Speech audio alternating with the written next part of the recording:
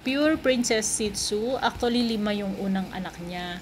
Pero yung gray, namatay siya kasi yun yung pinakabunso.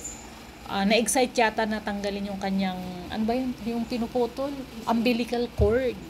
Ayun, medyo nahila niya yung tiyan. Sayang, ang taba-taba pa naman niya, tsaka ang lakas-lakas. Pero parang unti-unti siyang nanghina. Ayun, so, nung nanganak siya ay February 9. So, ano nang date ngayon?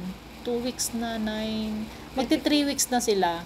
So, for rehoming sila, by 8, 9, and 10 weeks, pwede na silang i-rehome. No? So, ang cute talaga nila. As in, sobrang tataba. May nakamulat na yung mata ng iba. Halos lahat yata sila nakamulat na. Then, grabe, gapang sila ng gapang. Ayan, so binilan ko sila ng mat. Sobrang mahal kayo ng mat na yung 500. Okay lang. Kasi, summer na eh. Hindi pwedeng mainitan sila. Malamig kasi yan. Kaya gustong gusto nila.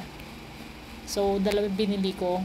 Pag medyo nagdumudumi na, nilalabhan na namin. Dinilagyan namin sila sa batsyang malaki para hindi sila makaalpas. Ayan guys, doon sa gustong mag-ampon din sa mga puppy namin, just PM me, DM me, no? So yun nga, sabi ko nga, after 8 months, 9 months, 10 months, pwede na silang i-rehome. Okay, so yun lang po. Thank you so much for watching. Ayun, bye. Wait, hindi po siya months, it's weeks, no?